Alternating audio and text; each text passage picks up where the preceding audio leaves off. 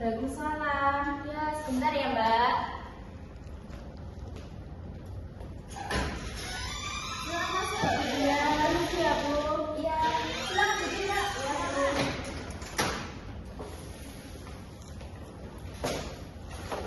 Gimana, Mbak Widya? Duduknya sudah nyaman? Sudah, Bu. Oke. Apa kabar Mbak Widya untuk hari ini? Kabar saya sih baik, Bu. Alhamdulillah. Alhamdulillah ya Mbak, kabarnya baik. Oke, kesibukannya Mbak Widya hari ini ngapain aja Mbak?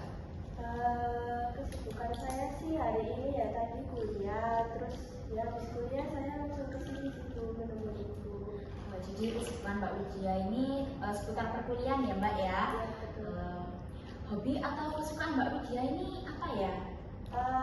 Hobi saya atau kesukaan saya tuh sering ini Bu, nonton film, terus mendengarkan musik, habis itu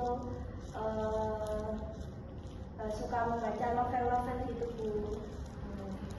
Biasanya Mbak Widya ini novelnya dibaca mungkin itu apa Mbak biasanya? Ya, yang ditonton? Kalau novel sih ya novel-novel yang seperti pada umumnya kayak romance gitu Bu. Terus kalau film-film ya film-film Indonesia yang lagi viral-viralnya itu kayak horor gitu Bu.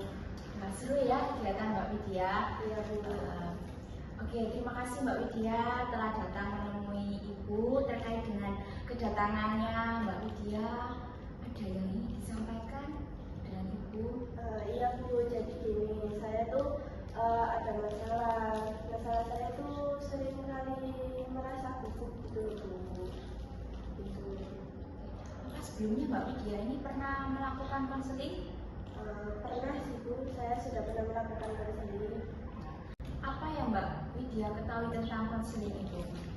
Yang saya tahu tentang konseling itu di mana proses konseling itu di mana konselor atau ibu itu sebagai menjembatani saya gitu buat saya sebagai konseling untuk menghadapi masalah yang sedang saya alami dan mungkin seperti mencari solusi bersama-sama gitu Bu. Tapi tetap semua keputusan itu saya yang milih gitu Bu. Dan itu yang saya tahu tentang konseling. Jadi Mbak Widya ini sudah paham ya apa yang dimaksud dengan proses konseling itu. Sebelum masuk ke proses konseling, di sini Ibu akan menjelaskan kontrak konseling. Kontrak konseling ini akan berjalan selama 35 menit, yaitu dimulai pukul 1. Pertemuannya 1 minggu 2 kali ya Mbak. Apa Mbak Widya setuju dengan kontrak konseling? Saya setuju Bu. Baik, Mbak Widya setuju ya. Sejak kapan ya Mbak Widya ini merasa gugup? Saya tuh sudah lama sih Bu, sudah dari semenjak saya SMP itu suka merasa gugup gitu. Kalau sedang saat mau presentasi gitu di depan orang umum gitu sudah lama, dari sejak SMP atau SMA gitu. Pokoknya sudah lama gitu. Berarti ini sejak SMP ya Mbak Widya? Oke. Faktor penyebab yang membuat Mbak Widya ini merasa gugup itu apa?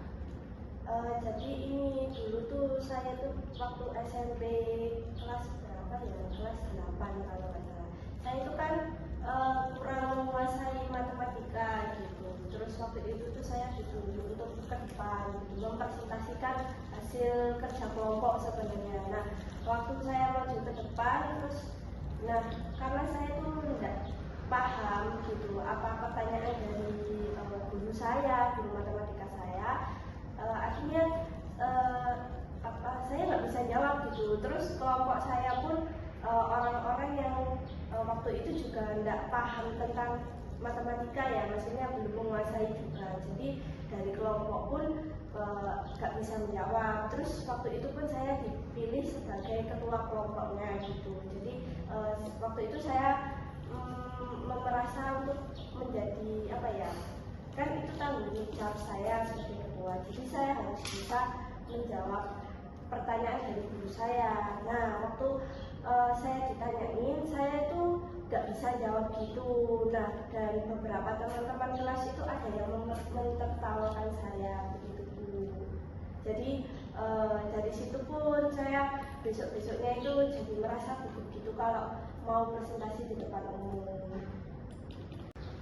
Faktor utamanya Mbak Widya merasa gugup itu karena Mbak Widya presentasi di depan kelas tidak bisa menjawab pertanyaan terus ditertawakan oleh teman Mbak Widya. Benar begitu Mbak? Ya, betul Bu. Harapan yang ingin dicapai itu apa Mbak Widya?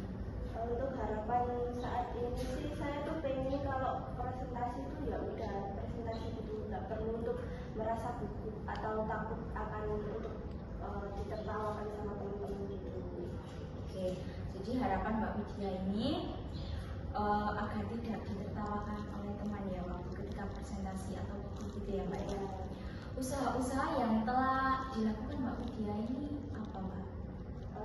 Usaha yang pernah saya lakukan itu saya kayak ngobrol gitu loh di depan cermin. Jadi kayak saya mencoba ngobrol mungkin selama 3 atau 5 menit gitu. Jadi saya coba untuk ngobrol atau enggak itu pun usaha yang pernah saya lakukan ya saya mau mencoba untuk berbicara dengan teman kelas saya gitu kayak gitu sih. Faktor pendukung ini Mbak dari lingkungan seperti kayak orang tua, teman gitu sudah ada Mbak faktor pendukungnya? Untuk faktor sih dari teman-teman sih, teman-teman sudah apa ya kalau saya mau presentasi itu saya merasa gugup gitu. Nah teman-teman itu bilang lah ke saya, mengatakan ke saya itu nggak usah gugup gitu, santai saja gitu. Terus kayak nggak perlu untuk takut untuk ditertawakan sama teman-teman orang dan itu nggak ada yang lucu gitu. Jadi santai saja gitu. Jadi dari teman-teman mengatakan itu ke saya, jadi saya merasa sedikit rileks gitu. Jadi masalah utamanya Mbak Widya ini merasa gugup ya ketika presentasi di depan kelas. Usaha yang telah dilakukan Mbak Widya ini cukup bagus, yaitu berbicara di depan cermin 3-5 menit, terus mencoba berbicara dengan teman. Benar begitu Mbak Widya? Jadi tujuan Mbak Widya itu agar tidak merasa gugup ketika presentasi di depan kelas. Apakah Mbak Widya bisa berkomitmen untuk usaha yang telah disampaikan tadi? Ya Bu, saya yakin gitu untuk berkomitmen atas usaha-usaha yang sudah disampaikan tadi. Baik, alhamdulillah Mbak Widya telah berkomitmen untuk usaha-usaha yang telah disampaikan tadi. Ibu tunggu kabar baiknya minggu depan telah usaha yang telah dilakukan Mbak Widya. Terima kasih Bu. Baik, sama-sama Mbak Widya. Terima kasih ya Bu sudah mau mendengarkan.